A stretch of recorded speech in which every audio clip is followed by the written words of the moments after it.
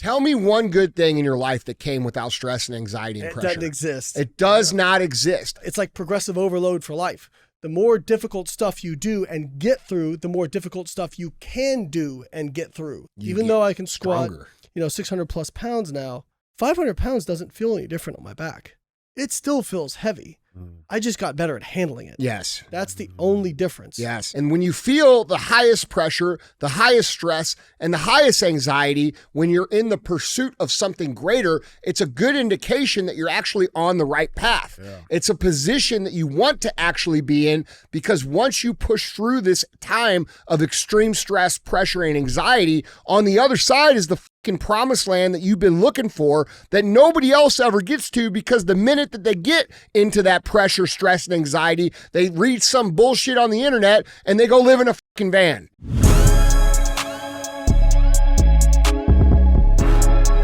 What is up, guys? It's Andy Frisella, and this is the show for the real. Let's say goodbye to the lies, the fakeness, and delusions of modern society, and welcome to motherfucking reality, guys. Today we have Q&AF. That's where you submit the questions and we give you the AFs. Now, you could submit your questions a couple different ways. The first way is, guys, you can email your questions to askandy@andyfrisella.com. Or you can go on YouTube, and on the Q&AF episodes, you can drop your questions in the comments and we'll answer some from there as well.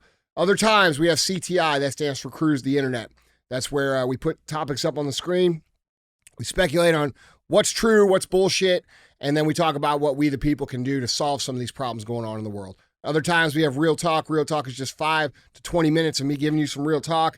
And then other times we have 75 hard verses. 75 hard verses is where we bring people on who've completed 75 hard, talk about how they were before, how they are after, and then we talk about how you can fix what's going on with you as well. If you want the 75 hard program, which is the first phase of the Live Hard program, you can get it for free at episode 208 on the audio feeds only. And then other times we have full length. Full length is where we just bring someone on and we have a talk. I know I said I wasn't going to do many of those, but I think we're going to bring those back because I like them. Anyway, Q&AF, and we have a special guest. Got my friend back in the house, my good buddy, Layne Norton. What's happening, bro? It's good to see you. Good to be back. Yeah. What's been going on? A lot of the same, just doing business, lifting heavy, and doing the dad thing. Calling motherfuckers out on the internet. I do some of that, the kind of the science-based side of things, ruffling some feathers. It's a hard job, but somebody's got to do it. It is what it is. Although I will say, I'm seeing so many more evidence-based people coming out and doing kind of my debunk style videos.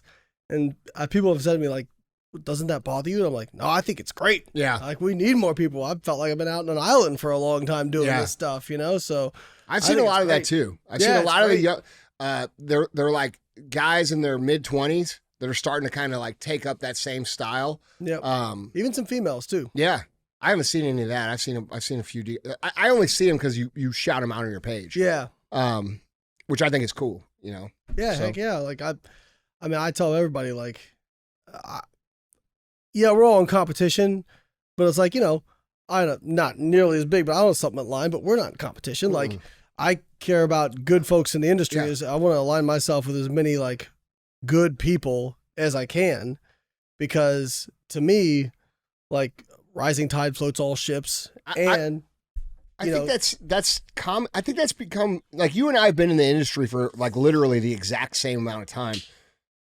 Do you feel that it's been that's changed? Because I feel personally, it used to not be that way. I felt like the owners of companies weren't friends and people didn't get along and everybody kind of just fucking hated each other. And then recently, over the last 4 or 5 years, people have started to realize oh shit, we're kind of on this little boat all together and we should sort of work together. Otherwise, the entire government system and everything that we have going on makes it hard for us to exist. I feel like there's been a lot more, friendships. Maybe it's just me. I don't know. I think, the internet's not great for some things, but I do think it has brought people in some ways closer together. Yeah. I think, when I first got in, I didn't know a bunch of owners from back then, but I think things are more siloed. Mm-hmm. You didn't really interact with people that much except at trade shows. Mm-hmm. Now it's you never know if somebody's going to be the same way they are online, mm-hmm. but I had a pretty good idea coming to meet you. Like you and Sal were going to be the same way you are on social. And I think like you think I'm probably the same way. For sure. So like you can kind of get a feel for, I think I'd vibe with this person. I think we'd get along, that sort of thing. Whereas before, if it's just like you're seeing another company's ads in a magazine or something like that, or, it's so easy to become adversarial, and I think now it's kind of like, I just want to see good people win. Yeah. Because to me, if I take care of my stuff, like my stuff's going to be fine. I don't need to be in competition with somebody else. Yeah. Question number 1. Guys, in a recent Andygram, Andy, you have mentioned learning to forgive others that made mistakes. Does that mean you still need to be friends with them after you forgive them? It's hard after friendship trust gets broken to still talk to them. What's your take on this? Forgiveness and continuing relationships.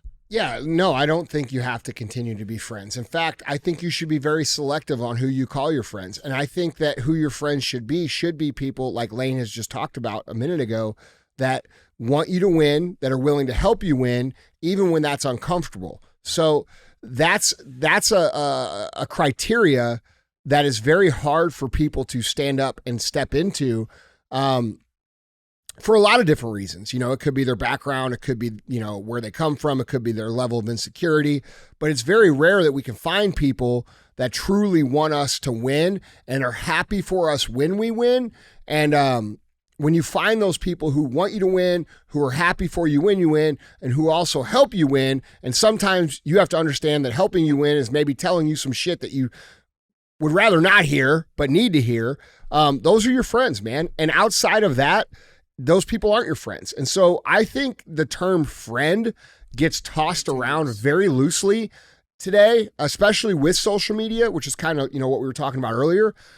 I feel like everybody thinks that everybody's their friend. And I can tell you from experience and extensive life experience, you have very few friends. If you think you have a lot of friends, you do not have a lot of friends. You have a lot of people you have very few friends. Your real friends, they're going to contribute to your life in every single way possible. They're not going to install seeds of doubt in your brain. They're not going to cut you down. They're not going to be the person like this, right?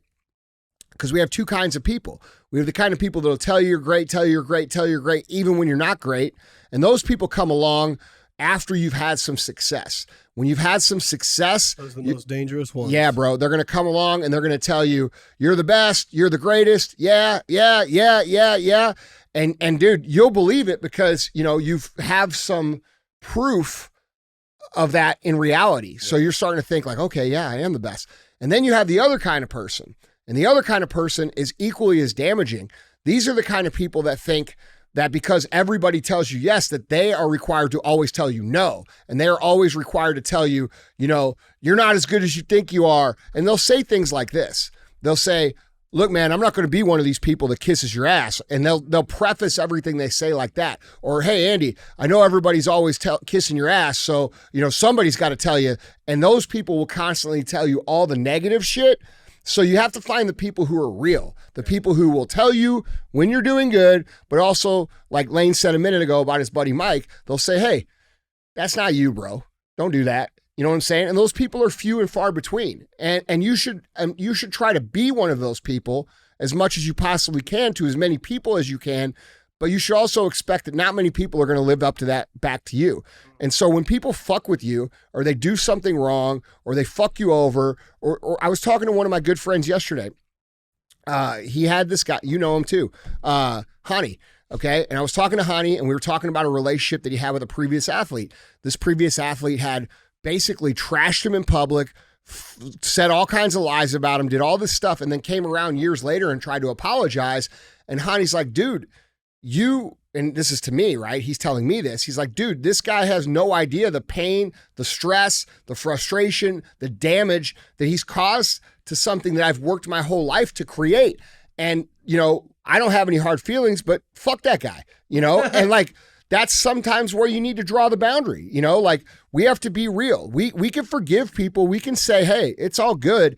and never talk to them again and let them go live their life. And in fact, it's usually a good idea, because if you continue to forgive those people and then let them close to you again, that likelihood of them repeating the same kind of shit over and over again is very high. Yeah. And that's coming from someone who's 44 years old, who's had enough of these experiences to, at some points in my life, make me very bitter about people.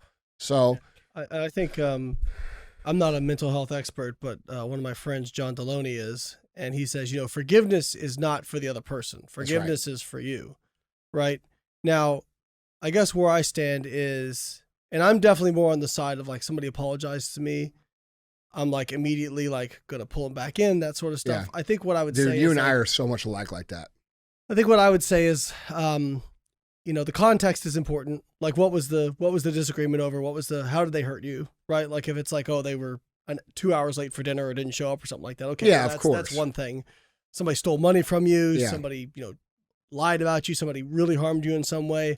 Compromised values. Yeah. End of the day, it's kind of like you have to make that decision whether or not you think that's a friendship worth continuing. What I will say is like, make them prove it.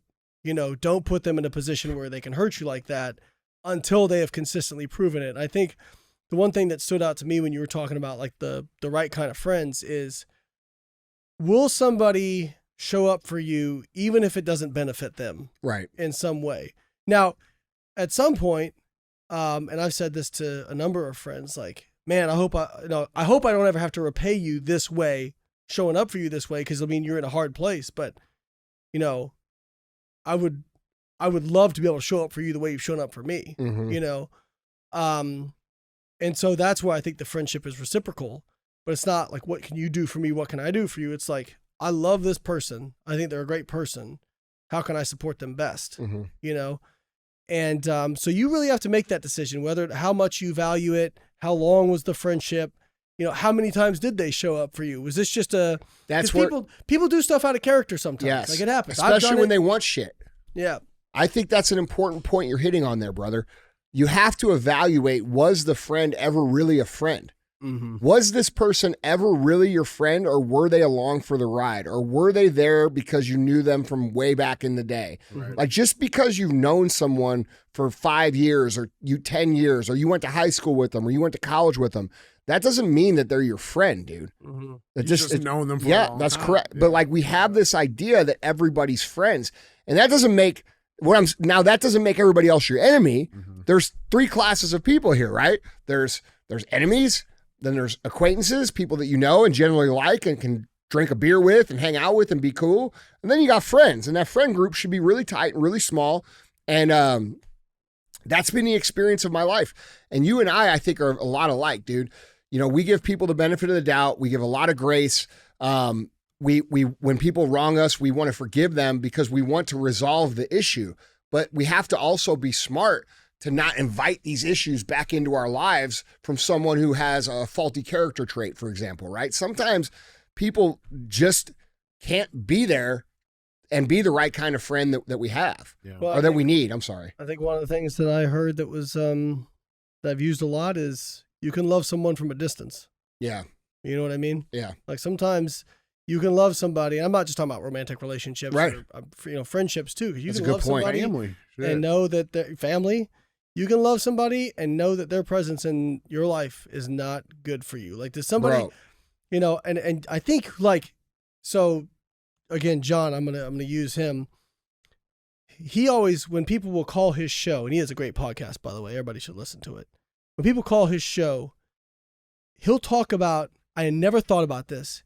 He's like, he'll identify what's happening in their body, what's happening in your body, right? And he'll talk about it. I never thought about anxiety and stress that way, right? But like it does show up in your body. We think about it all here, right? But it shows up in your body. And I know like, and I went through a lot of stress over the last couple of years. And once I started making changes to like get out of the things that were really causing me a lot of stress, not only did I feel better, I physically got stronger in the gym. Yeah. Like pretty rapidly. It was crazy how it works out. Yeah. And so when you're around somebody, do you generally feel at ease? Do you feel like you can be yourself? Do you feel like you can let your guard down? Or do you feel like like I got to protect myself. Like I got to have my guard up. If I say that, like, you want to be around people who put you at ease. Yeah. Right.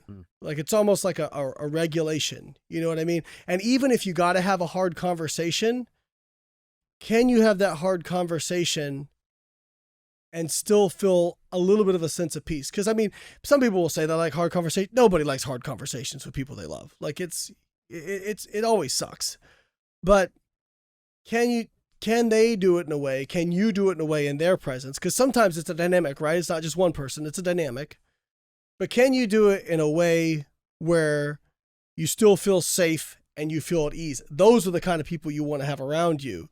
But if you're like, feel like you're, whether it's a family member, friend, romantic partner, you're like walking on eggshells all the time. You're constantly, kind of in defense mode. They may not be a bad person, but they're bad for you, Yeah, I think one of the things too, it's like, this misconception, your friend group is going to change. Yep. And that's okay. Yep. Like, that's okay. And like, I'm young, but it's going to change many, many times. That's what I'm saying. I'm young and I've been through 3 different friend groups just in my lifetime, my short lifetime now. And it's like, just getting to the point where it's like, it's okay. Like, that's fine. Like not like, and I think what it is, because I was over thinking about it, you watch these movies growing up as a kid and, watch movies like Little Rascals and it's like, oh man, we're going to be friends forever. And so you have this like, this expectation that, your friends you grew up with that from the neighborhood or the school you went to, like you're going to be lifelong friends. And like the reality is those things, like those situations are so far few in between. It doesn't happen. You know what I'm saying? So like knowing that like your purpose in life is to grow and elevate, that means the people around you are going to have to grow and elevate. Or just changing in general. Some people are there for good and some people are there for a season. Yeah. And I also think, dude, I think it's important for us, like what you said about loving them from afar. I think it's important to recognize that the world, you would be a lot happier, and I'm speaking to all of you, you would be a lot happier if you would take the position that you can not be as close of friends with someone and still want them to win, still want them to do good, still be there if they need something. Like, bro, I take the approach of like being at ease around everybody until they give me a reason not to. Yeah. And but I also take the approach of not letting people in my proximity as easily as I once did. So I don't know. I think navigating these issues is definitely something with nuance, and there's all kinds of ways you can look at it. But ultimately, DJ's correct. Your friend group's going to evolve. You're going to grow. And if you're not growing and your friend group isn't evolving, it's probably a sign that you need to maybe do some growth on your own. Yeah, because they can leave you just as easily. Yeah, dude. Yeah. And just, make sure, again, back to the kind of the core question, like ask yourself, I think people are their habits, they're not, we've all done stuff at one time that was outside of our character. Yeah. And so. And none of us are perfect. Right. And so really. And by the way, bro, guess what? You're probably going to do some shit outside your character again at some point in your life. And so will I, and so will him, and so will everybody here listening. Yeah. That's the unfortunate condition called being human. Yeah. So I think, again, that careful balance between accountability and shame, right? Where it's like being able to, because you can be too easy on yourself. You're like, well, I don't, I'm human, this and that. People can justify a lot of stuff by saying, well, you're human. Yeah.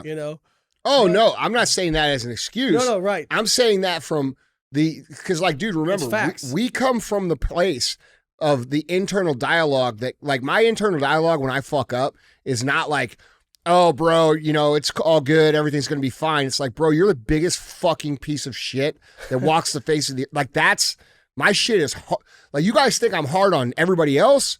Dude, if you heard my internal shit, and people are going to say, well, that's unhealthy. No shit. Yeah. No, and it's, so you pointed out it's nuance, right? At the end of the day, you, me, DJ, we're not going to be able to tell you, like, should you still have a relationship with somebody who hurt you?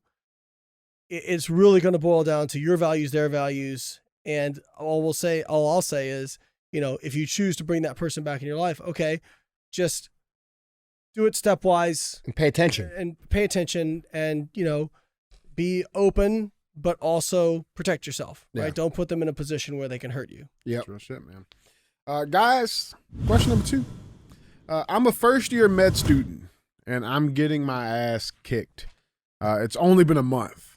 There's a lot thrown at me at once, and I constantly feel behind. I know to improve, it's a combination of managing my time better and me not being efficient with the work that I'm doing. I don't believe I have built the proper skill set just yet. I have been using the power list, but I'm only finishing 2 or 3 of my 5 critical tasks that I need to get done each day. The problem is everything compounds, and the work still needs to get done regardless. Andy, do you guys have any advice for time management? And more importantly, how do I make sure I'm working more efficiently? So I think knowing yourself, this is a very individual thing. So I have very severe ADHD. I was diagnosed when I was 6 years old. When I was doing grad school, undergrad, things didn't really come easy for me. Like I had to study a lot. And I think a lot of times we end up comparing ourselves to other people, and that like, we feel like, oh, I'm doing this wrong. There must be something wrong. I know for me, first off, when I study, I'm going to lay on the ground. I don't know why. I can't be at a desk, right? The other thing I'm going to do is I'm going to go hard for 30, 40 minutes with background noise. I don't know why I can't study in silence. And then I'm going to take a 10 to 20 minute break, because I just know for me, if I try to go hard for multiple hours, once I get hour 1, 2, it's like, now I've got to take an even longer break to reset myself. Now, I'm not saying this is what this person should do, but I know myself. I found that over time. I think the other thing is really, it sounds like, and I'm kind of trying to read between the lines. It sounds like he's getting a little bit overwhelmed, and then that like has a freeze response. Yes. Right? You go, I can't do anything. I've been there. I can tell you, there have been so many times in my life where I'm like, there is no way I can get done everything I need to get done. And you can start to stew in that and then not do anything. And then by the time you actually try to get it done, after you've gone through that anxiety, like then it is too late. What I'll say is like, try to disconnect your feelings and go into execution mode. Maybe you can't get it all done, but stewing about it is not going to change anything. So focus on, okay, what is the most pressing, what is the thing that is most important that is also very time sensitive? Let's work on that right now, right? Where in the case of school, usually what I look at is, okay, this area of this topic, let's say in biochemistry, I feel like I've got this down pretty good. I'm struggling here. Now I'm at 95% here. I could put more time in and get to 100, or I could go over to this thing where I'm at 60%, put in the same amount of time, maybe I get to 80. That's a bigger gain, right? So I'm gonna look at where my deficiencies are. And the other thing too is like, honestly, and I never went to med school. I was a PhD research scientist, but man, I got my money's worth out of my professors. Like I was at their door asking questions, and if not them, then the teacher's assistants. Like, you're paying a lot of money to be in med school. Those people should be supporting you. So if you need help, go get help.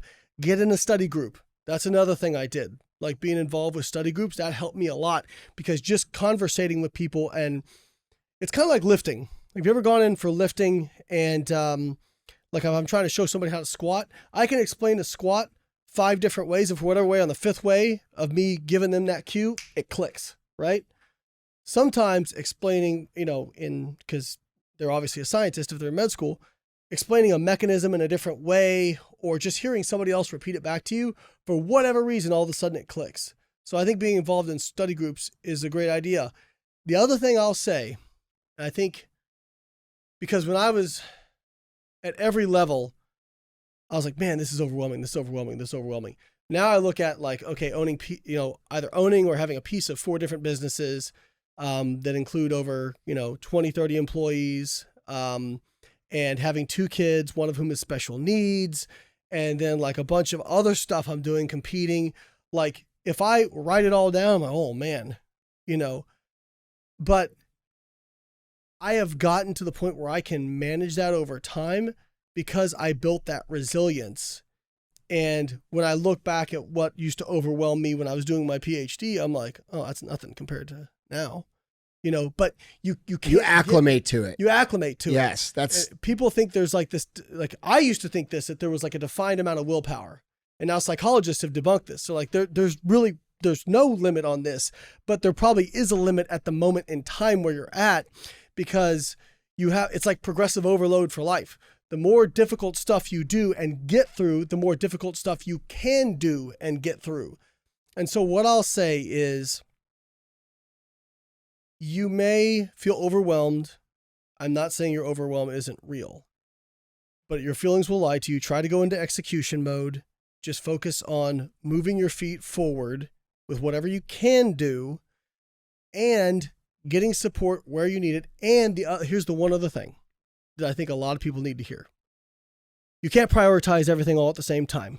People talk a lot about life balance. Okay, I think over the course of your entire life, you should have a balance between work, life, family, friends.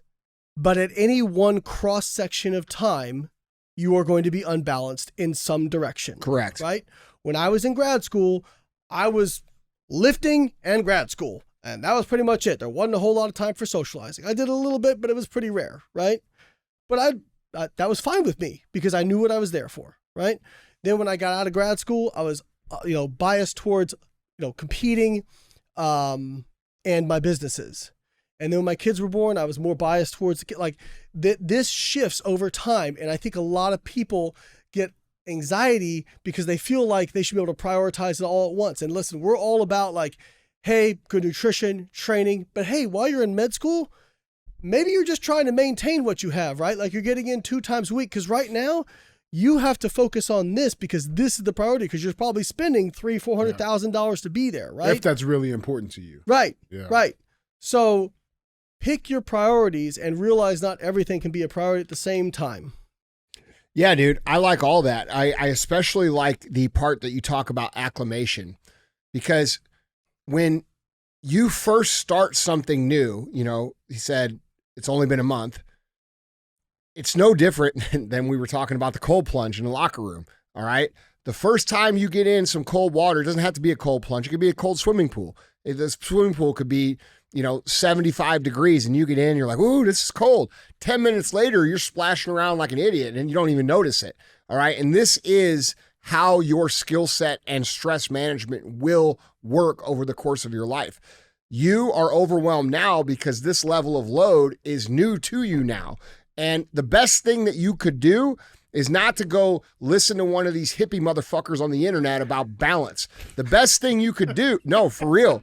The best, dude, I'm just being honest, man. Yeah, balancing like you're gonna, dude, these kids now, they see these motherfuckers out here. Fucking kids. Bro, in the van, traveling the world, living, those motherfuckers are gonna be broke in 10 years, bro. Like I've already seen this. I've seen what those people end up becoming. You guys think that shit's new.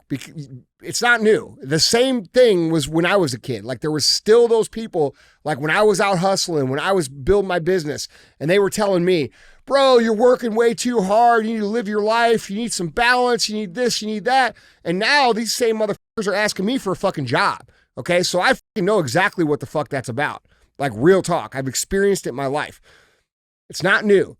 So when you're overwhelmed and you have the propensity or the inclination to read some of this shit on the internet that says, oh, I need to get some balance. And then you go away from the overwhelm. What you're doing is you're deconditioning yourself to handle the load that you need to be able to handle. So you're only prolonging the pain. Yeah. So the reality is you should lean into the overwhelm, learn how to handle it, and you will acclimate to it. And what will happen as you acclimate to it, you become more effective and more efficient. And then some time opens up. All right. You start to have more time for other things. And so when we talk about, how to handle these difficult situations, we've got to be real. You're not equipped to handle that yet. Exactly. Yeah. You're just not equipped. Yeah. And it's day one, bro. This is build mode. Like when you start a business, I just had this talk with one of my teams yesterday. This is build mode. In build mode, it is 24/7. That's the way it fucking works. If you want to build something. All right. And you're trying to build a life. You're trying to build a medical career. We need good doctors. All right. It's important that you see this through. So my advice would be lean into this, give it another 6 months. And what will happen is you're going to look back and be like, man, I can't believe I thought it was that hard. Yeah. And that's how it'll end up being for Like you. if this was 3 years from now and you're asking this question, okay, maybe there's some issues with efficiency. One thing that I want to point out, man, because I think it's so important that I've learned just, since I've been with you, but more importantly than the last couple of weeks, man, it's like, I think so often people, when they're getting into something and they start getting these feelings, whether it's anxiety, whatever it is, they look at them as if like these are problems and these are reasons why I should not be doing this. When the reality is you're doing this. This is what comes with this. Dude, This is how it's supposed to be. absolutely, bro. Let me ask you something. And this is hypothetical for everybody listening. Tell me one good thing in your life that came without stress and anxiety and It pressure. doesn't exist. It does not exist. And when you feel the highest pressure, the highest stress, and the highest anxiety, when you're in the pursuit of something greater, it's a good indication that you're actually on the right path. Yeah. It's a position that you want to actually be in, because once you push through this time of extreme stress, pressure, and anxiety, on the other side is the fucking promised land that you've been looking for that nobody else ever gets to, because the minute that they get into that pressure, stress, and anxiety, they read some bullshit on the internet and they go live in a fucking van. Yeah, man. Like, that's what we're talking so about important. here. You're not wrong. It's, You're not dude, in the wrong it's a path. universal set. Dude, we've all heard it. It's always darkest before the what? The dawn. Before the dawn. Yeah. You have to push through the hard to get to the place you're trying to get to. And this is just a fundamental reality. And we have so many people on the internet trying to convince people that they've found some other way. Okay, so you're the first person in 12,000 years of documented human history to find another way around this? Man. Dude, you should be the richest motherfucker on the planet then. Like you should have more money than Elon Musk, because you found it. You have found the way to live your whole life free and easy and pain-free and stress-free and anxiety-free and still fucking win. Like, you found it, bro. Congratulations. You'll be in the history book. Like, He doesn't have strong opinions about this. yeah. I actually just gave a talk, like my talk at University of Missouri yesterday was kind of on this, and I called it, I love to relate things to lifting, okay, because obviously like something I'm passionate about, but You're pretty fucking good at it too. thank Let's you. be real. It's like progressive overload for life. Yeah. Right. So if I, like my best ever squat was a 668-pound squat, right? If I went in the gym the all right. first time, it's all right. It's a little light. If I went into the gym the first time and tried to do that, what's going to happen? It's going to It's going crush to you, crumble you. right? Even after a few You couldn't years, even walk it out. Right. Even after a few years, it's going to crush me. Yeah. Right. Like, and this guy, he's been in school for a while. He did his undergrad, obviously, and now he's getting crushed. It's like, bro, you're just not used to it yet. Yeah. But so even a 500-pound squat going to crush me first time, Yeah. right? But what happens? And it's funny. I tell people this, like, You even get though I can squat, Stronger. 600 plus pounds now, 500 pounds doesn't feel any different on my back. It still feels heavy. I just got better at handling it. Yes. That's the only difference. Yes. Okay. 500 And pounds so- is still 500 fucking pounds. Exactly. Yeah, man. And so Henry Rollins has a great quote about that. yeah, it's all the That's weight's always the weight. yeah. And so it should feel hard. It's going to feel hard, but you're going to get better at handling it. So just, I love this is a lifting term, but just stay in the pocket. Yeah. You know what I mean? Sit in that discomfort, stay in the pocket, keep showing up. You're describing something that I describe in a different way. So I describe, when people ask me, like, what is success? Success is the commitment to the pursuit of your ultimate potential. And the reason it's not the pursuit of your ultimate potential or the realization of your ultimate potential is because your ultimate potential can never actually be realized because of how you explain progressive overload for life. When you go out and you set out to do anything in life, whether that be lifting weights or building a business or anything else, you have X amount of potential because you have X skill set. But as you go down the path and you get crumbled by the weight a few times and you get back up and you put it back on your back and you do a few more reps, what happens is your hypothetical skill set for life, because that's what we're talking about here, not weights, gets stronger and more equipped. And when you have better skill set for life, your potential on the back end expands. Okay. So when you think about this and you think about like where you want to be long term, you have to understand that where you want to be long term as you are right now will not be where you want to be long term in 5 years from now, because you're gonna open up a whole new potential because of the skill set that you gained during this 5-year journey of hard shit. Yep. And so that's how true, real, massive, great things are built in life, is by consistently raising the bar before you get to the bar, because you're recognizing that your skill set is improved, your potential is greater, and still committing to pursuing it, even though you understand that you'll never actually realize it. So this is the way that the people who build the biggest shit, who live the fullest lives, who do the most shit over the course of their life, who become the people who shape the culture and change the world, this is how they see the world, and this is how they operate. Yeah. They're raising the bar before they get to the bar, because they understand that their capabilities have expanded. I love that. And I think you cannot even have an idea of how capable you could possibly be in a few years if you continue to develop those skills. Yeah. Because again, like I remember, it's light years. Right. Because Yeah. I remember, hitting my first 400-pound squat and feeling how heavy that was. And I could never have and that was after 6-7 years of lifting. Yeah. Could never have fathomed a 668-pound squat. Right.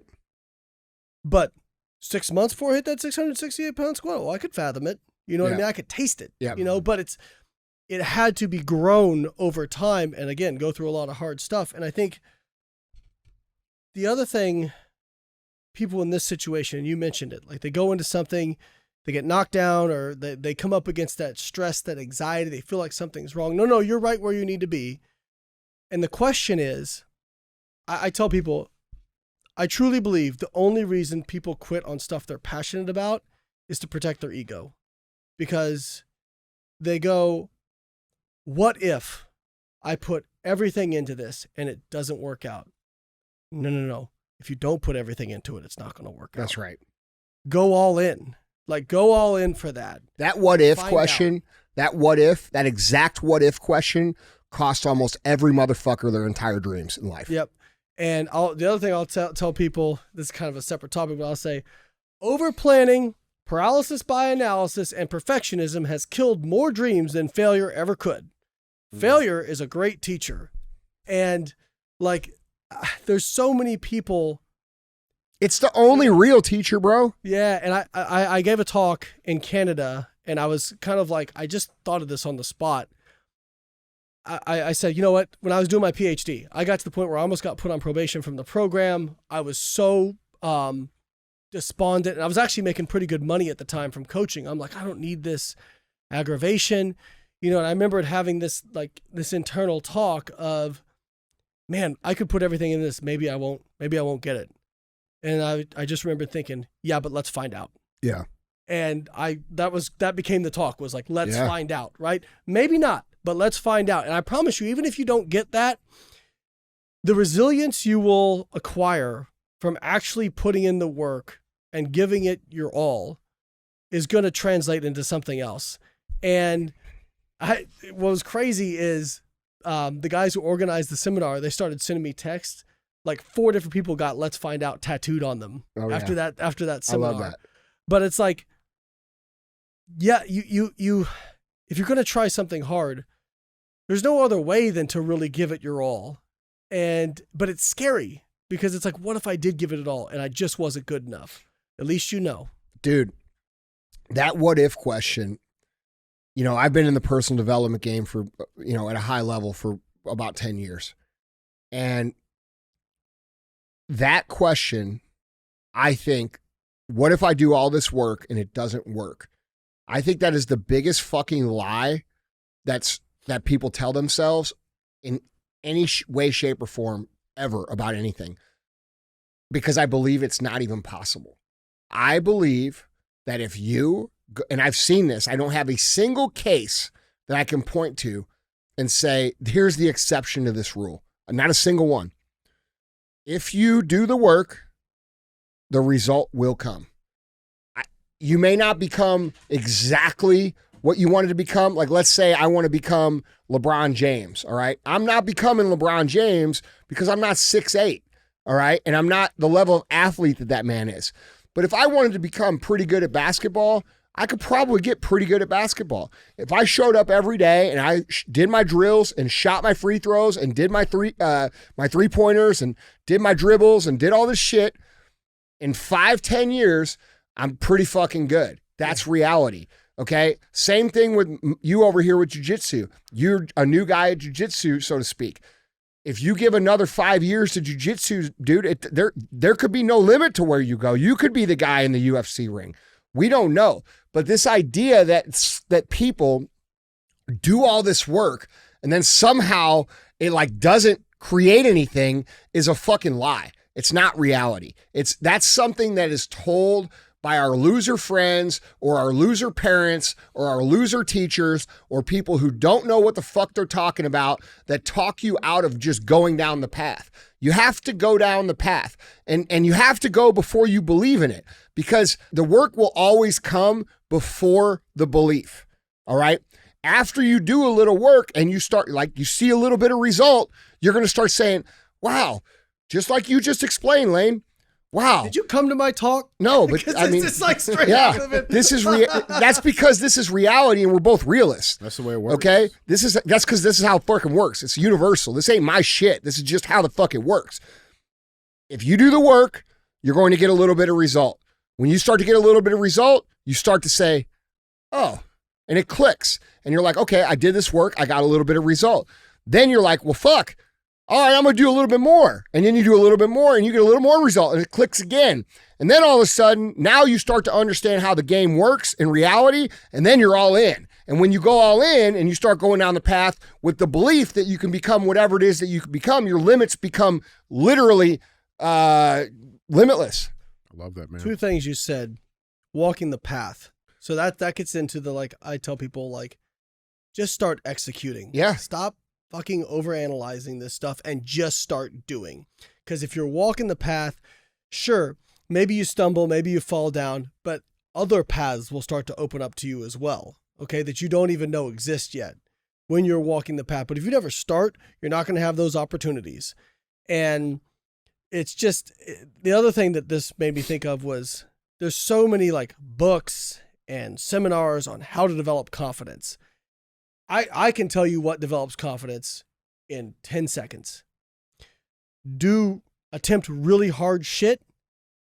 Go through really stressful times where you don't think you're going to make it and keep going. That's what develops confidence. Because when you've been through some shit and got through it, you go, the next time life punches you in the face, you go, okay, maybe I'm not going to stay down. I can get through, like, the stuff I've been through in the last 5 years. If that had happened to me when I was 20, oh, dude, no fucking way. It'd break you. You know what I mean? It would break me. But, I mean, it's, again, progressive overload for life, right? The only way you can develop true confidence is to attempt hard stuff, run up against obstacles, get through those. And I can tell you, whenever you, like, you and I have talked about this. When I think about the accomplishments that I've gotten, I don't sit there and look at the trophies. I don't sit there and look at the degree. That's not what I think about. What I think about is the really hard shit I went through to get to it. Yeah. That's what I remember fondly. If you just have everything go right and get something, it's going to be like, Dave Ramsey has a saying, you eat enough lobster, it tastes like soap, right? Yeah. That's because, and the same reason why people who win the lottery are broke in 5 years. Mm-hmm. Because you didn't have to go through anything. Life didn't teach you anything. None of those skill sets that you would gain during the normal path were acquired. Exactly. Right. It's easy come, easy go. Exactly. Love that, man. That's some true shit. I got some more than you bargained for with that question. No, that's some true shit what you're saying about what Ramsey said too. About like people don't realize that. Like when you acclimate to anything. Oh, yeah. Okay. So like, all right. And I'm not saying this to be an asshole. But like I could eat whatever the fuck I want every single day. All right. And like not saying calorie wise, but I'm talking quality wise. Sure. All right. Like if I wanted to eat the best fucking steak for dinner that the world has to offer every single fucking night of my life, I could. And in fact, I did that for a while. And you know what started happening? I started not appreciating it. Mm-hmm. And so I told Emily, I said, don't get those steaks anymore. Mm-hmm. Go back to the regular steaks. Because my friends used to send me these like gourmet steaks. I forget where they're from. They're from New York. And I fucking loved them so much. I started ordering them. They were expensive as fuck, but I didn't give a shit, right? Like this is what the fuck I work for. Right. I'm going to eat fucking the best steaks ever, right? And I got so used to eating them that like I was like, this is it. Like this is it. And so, dude, I intentionally went back to like just getting the regular shit from the grocery store because I wanted to be able to appreciate the good steak when I had the good steak. And so we have to be aware of these things in our lives that we become so accustomed to, even the good things, and sometimes intentionally make things hard so that we can keep our edge and keep our appreciation and our gratitude for the really, truly good things in life. Yeah, almost has to reset that. Yeah. Yeah. That's and I told people like I do well for myself, and I'm very grateful that it's been a stepwise 20-year process, and I didn't just hit it big really quickly. Yeah. Because there's just been little things along the way where it's like, I remember like the first time I had a $100 bottle of wine. Yeah. You know, I'm like, oh, this is cool. Yeah. You know, like I still got to have those little wins, whereas like, you know, if you have it come quick, I mean, you can blow your wad, you know, you can punch that dopamine out pretty quick. Yeah. You know what I mean? Yeah. And it doesn't mean anything anymore. Right, exactly. And so again, no matter what you make, what your job is, whatever, it's going to come down to none of that's going to make you happy. It's feeling like what you do has value and that your work has meaning to me. Yeah. And so like, don't get me wrong. I want to make a lot of money. I want a whole boatload of it, you know, but I know that that's not going to make me happy. All that's going to do is give me an opportunity to buy some of my time back to do more of the stuff I like to do. Mm-hmm. It's real shit. Guys, Andy, Layne, we got one final question. All right. This is a good one. Andy, I'm 18 years old, and I was raised in a single-parent household by my mother. She did her best to guide me, but I have massive anxiety when it comes to feeling prepared as a man. Never met my father, no real desire to either, but I've never really had any real man figures to learn from. I see a lot of men online who I feel I can learn from, but I don't necessarily connect with the macho cut down trees mentality that they define a man of having. What are your thoughts on this? I would love your insight. Well, first of all, you know, I think it's important to recognize that just because you didn't grow up with a father doesn't mean that you can't be a great father or a great dad or a great man. All right. That's the first thing.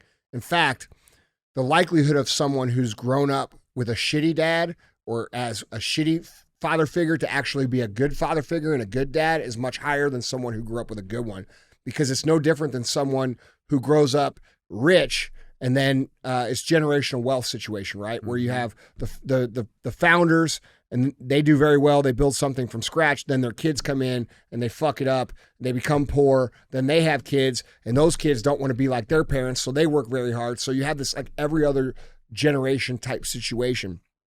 And I've seen this over and over again with people who grew up without a dad who decide that they want to be a great dad. In fact, that's you. All right. That's my father too. Yeah. And so you should see that want and that desire that you have inside to be a good man as a tremendous asset to your life, because a lot of people take it for granted and they don't even think along those lines. So you were gifted with something that like a lot of people aren't really ever going to have. So recognize that to start. That's a big deal. Okay. Because if you want to be great, you have to have the will and want to be great. And you can't have the will or want to be great unless you can recognize that there's something that needs to change. And you've been gifted with that perspective. And I would see that as a gift, not as a disadvantage.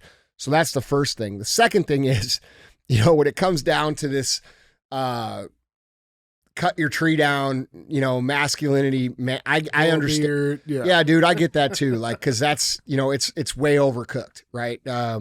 You you know, we have a lot of really dumb shit out there when it comes to being a good man, you know. Yeah. I think this person, your gut of who you connect with and who you recognize to be a good, strong, solid man example is probably going to be the right person to follow. We have good gut instincts naturally, especially when we apply our own perspective, that whether we're aware of that perspective or not aware of it, we understand, okay, this makes sense to me. This sounds good to me. This looks good to me. It passes the sniff test. And you should be able to, you know, recognize that. And there's nothing wrong with saying, like, this isn't for me. Because, dude, I got to be real with you. Like, there's a lot of this masculinity shit going around. And while I agree that masculinity is very important, I think that it's misrepresented by a lot of the masculinity figures out here. Maybe even me sometimes, you know, I curse a lot, you know, I do have a beard, I work out, you know, like but I don't sell myself as that. So that's not, that's not my brand. What makes me a man. But like, dude, I see this with people in their content, right? Like people will try to replicate my level of content or my style of content, not recognizing that that's authentically who the fuck I am, right? So we have to be authentic as well. So my advice here, if you really want to look at like who a good man is without this overly, like, look at my brother. Like, look at my brother Sal. You should follow my brother Sal. Like, he's a dad. He's a husband. He works his ass off. There isn't a person I know that works fucking harder than him. And he's a ethically grounded, moral person with high fucking standards for the people around him. And he does the right thing. He helps people out. He doesn't let people take advantage of him. He has boundaries. I mean, like, when I think of a good example, it's really hard for me to find one that I would recommend more than him. And that's, you know, that's coming from somebody who's watched it materialize. Yeah. And I'm not saying that because he's my brother. I'm saying that because it's the truth. But, you know, all in all, man, here's the reality. Be a good person. Work to be the best that you can. Work hard. Do the right thing. Treat people right. Pick people up. Do good things for people. Live the code. You know what I'm saying? Do onto others what you would want done onto you, even when they don't do onto you the way that you would expect them to. You know, these are basic things. Have high integrity. You know, when you fuck up, like we talked about earlier, own it and say, hey, I fucked up. That's my bad, right? All of these qualities make up what I believe a true masculine man to be. And I think it's misrepresented and kind of overcompensated right now because we've spent the last 20 years demasculating men. You know what I'm saying? Like, the other end of this. Yeah, we've been trying to make men feminine. And reality is they've put atrazine in the tap water, and they've worked to put chemicals into food that reduce natural testosterone production. Like, it's a scientific reality that the average testosterone of a young man now is much less than it was 25 years ago. So these are things that have been intentionally removed from society through, you know, whether it be food or chemicals or social movements such as the Me Too movement or the feminist movement or any of these movements that have basically villainized men for being men, toxic masculinity, right? We've been the enemy for a long fucking time now. So it's very important to recognize and realize that we're overcompensating some on the back end right now.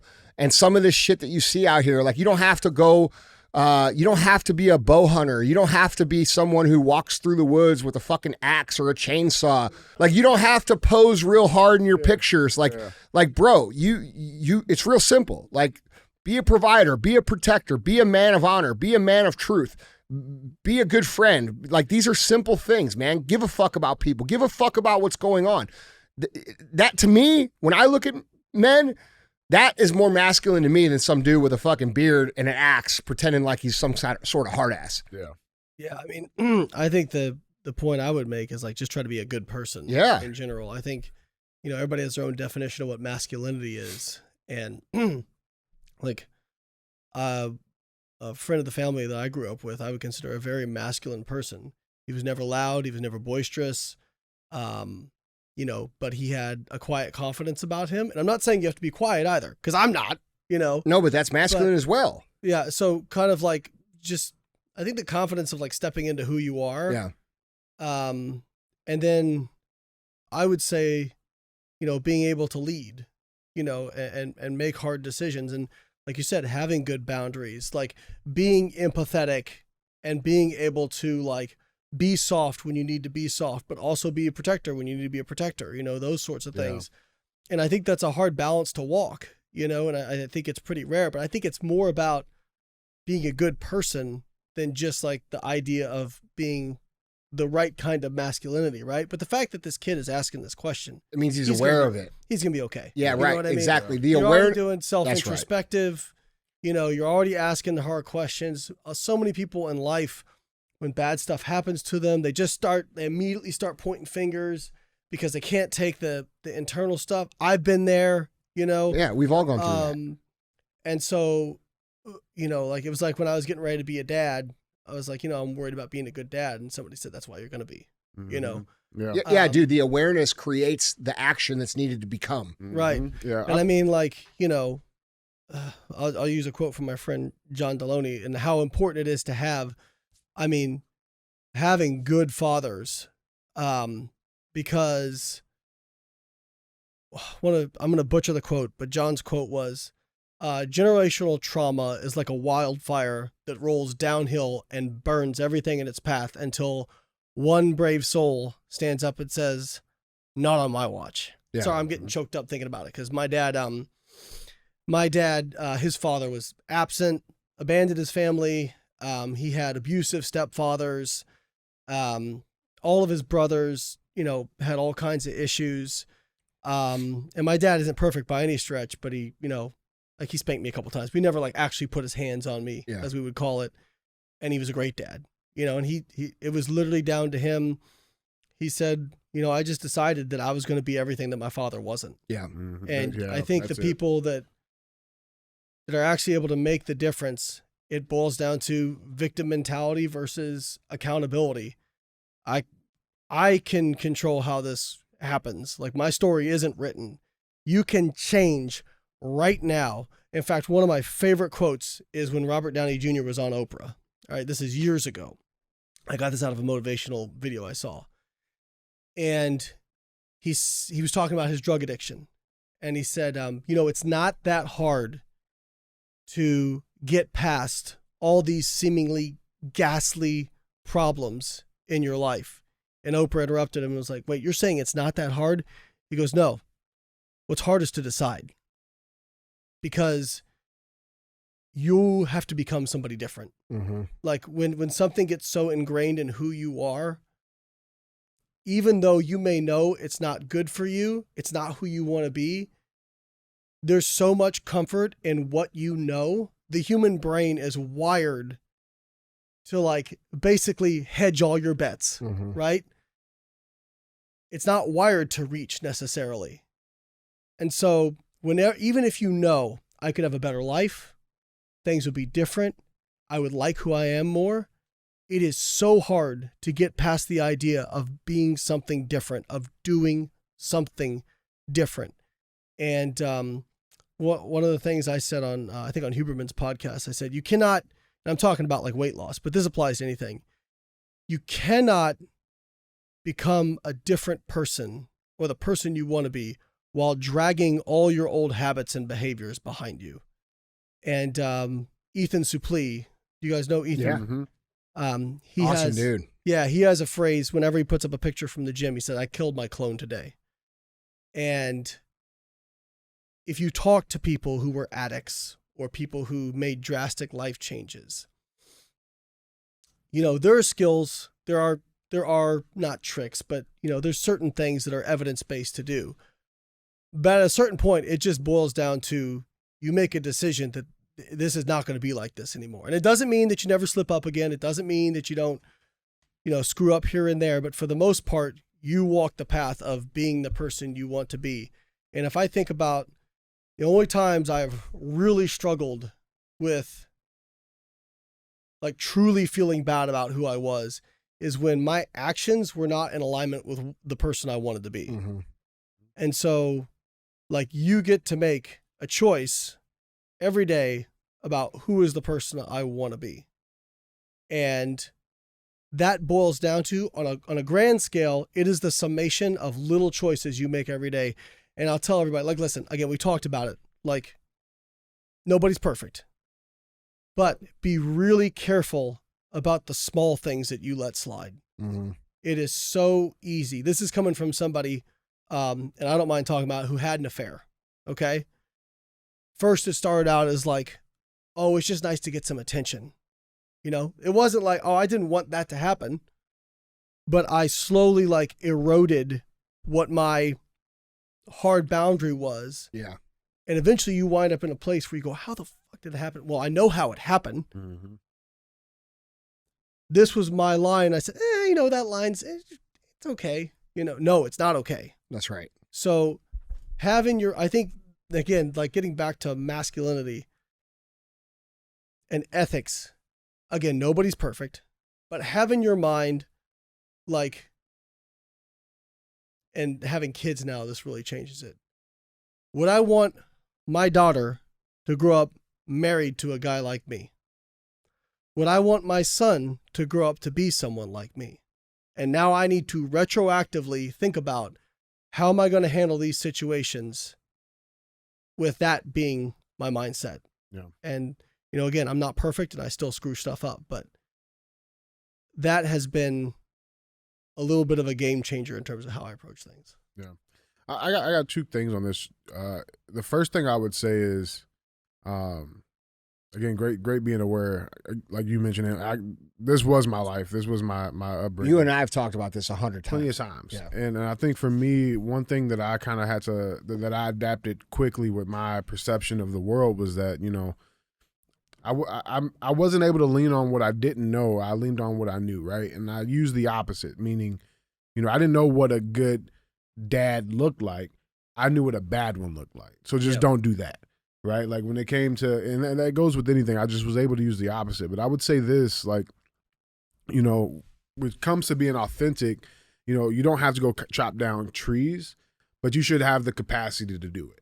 You don't have to be a violent person walking through mad every single day, but you should have the ability to be violent, right? Like you have to learn all of these skills. And I think as a man, that's one of the most important things, is being able to put on these different hats, metaphorical hats, and being able to do that when you need to do that, right? Yeah. Like if you have to be a protector, be that right there in that moment. If you have to be violent and handle business, be able to do it. Right. And to me, that's my biggest thing. I think it's great. I mean, being that young, I think I was probably around that same age when I started like thinking about, okay, well, shit. Like, how old did he say he was? He's 18. 18. Okay. And I think I was about the same age when I was like, okay, well, who am I supposed to be?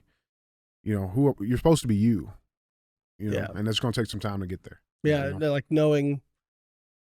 knowing who you are internally, and then making sure the external manifests that. And just thinking about what you said, I remember, what is the old Chinese or Japanese proverb, which is, better to be a warrior in a garden than a gardener in a war. Yeah. Right? That's real shit, man. It's real. Well, guys, Andy, Layne, that was 3. Yeah. Hey, Layne, thank you so much for coming on the show again, bro. Thanks for having me. Yeah. Welcome anytime. It's always great to see you. I thought the show was great. I appreciate your input and advice. I'm sure everybody else did as well. Where can people follow you at if they're not following you so far? Yeah, so, I mean, social media is kind of my digital business card. Yeah. At BioLayne is where you can find me on most platforms. And then my website, biolayne.com, has all my stuff on there. And then, Cool. like, you know, my nutritional coaching app, Carbon Diet Coach, for people who are looking for, like, really affordable nutritional help. But I do the whole gamut in the fitness industry. So whatever you need help with, one of my companies or one of my products can help you. There you go. All right, guys. Well, that's the show. Don't forget to pay the fee, and don't be a hoe. Share the show.